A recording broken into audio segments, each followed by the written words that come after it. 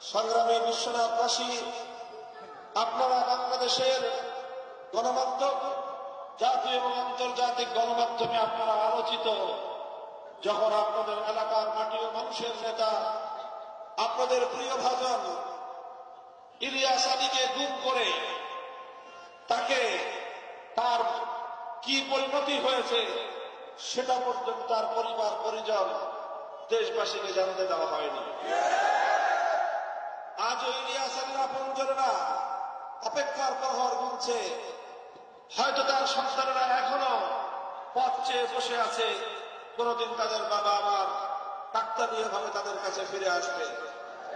তার স্ত্রী এখনো হয়তো বৈধব্য পালন করছেন না, তিনি হয়তো আশায় চোখ বেঁধে আছেন তার সেই প্রিয় স্বামী আবার তার সংসারে ফিরে আসবে। এরকম একটি রুদ্ধশ্বাস পরিস্থিতি তৈরি হওয়া এটি মধ্যযুগীয় বর্বরতাকে হার মানিয়েছে।